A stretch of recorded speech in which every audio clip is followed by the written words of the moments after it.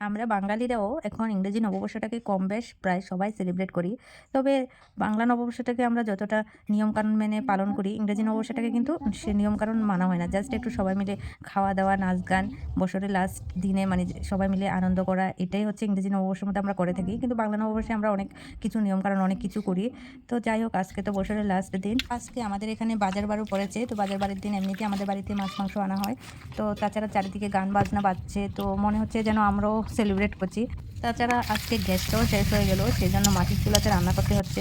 একদিকে ভালোই হয়েছে, আজকে বছরের লাস্ট দিনে গ্যাসটা শেষ হয়েছে। সেজন্য মাটির চুলাতে রান্না করছি যে আরো মনে হচ্ছে যেন মানে আমরাও সেলিব্রেট করছি। আর আমার হাসব্যান্ড তো মাটির চুলার মধ্যে মাংস রান্না করলে খুবই ভালোবাসে। এবার আমি আলু পেঁয়াজগুলি দিয়ে দিলাম।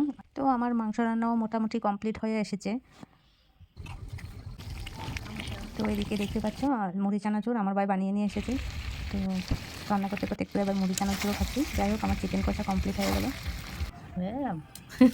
গাজর কাঠের, গাজর হচ্ছে এদিকে কাঠের আর গাজর পরে রয়েছে এদিকে কাঠের নে এটা কাটতে না কেটে দিত না বুঝছো, মানুষের থেকে শিখিও, কার থেকে? মানুষের থেকে, কোন মানুষ? মানুষের থেকে আর কি। কেন? কারণ আছে। এটা কি? হুম, এগুলি কি?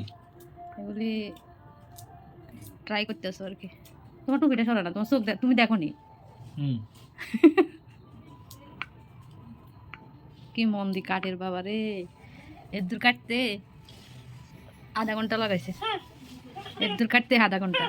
তো এদিকে শাশুড়ি মাও খেয়ে নিচ্ছে, কারণ রান্নাবান্না তো সব কিছু কমপ্লিট হয়ে গেল। আর আমরা তো আর 12টার জন্য ওয়েট করবো না। অনেকে তো 12টা বাজলে খাবে এরকম। তো লাস্ট দিন একটু আনন্দ করে, তো আমরা আর 12টার জন্য অপেক্ষা করিনি, আমরাও এখন খেতে বসে গেছি। তিতলিকেও খাইয়ে দিয়েছি। তো টাটা বাই বাই, দেখা হচ্ছে নেক্সট ভিডিওতে। আর সবাইকে আবারও বলছি হ্যাপি নিউ ইয়ার।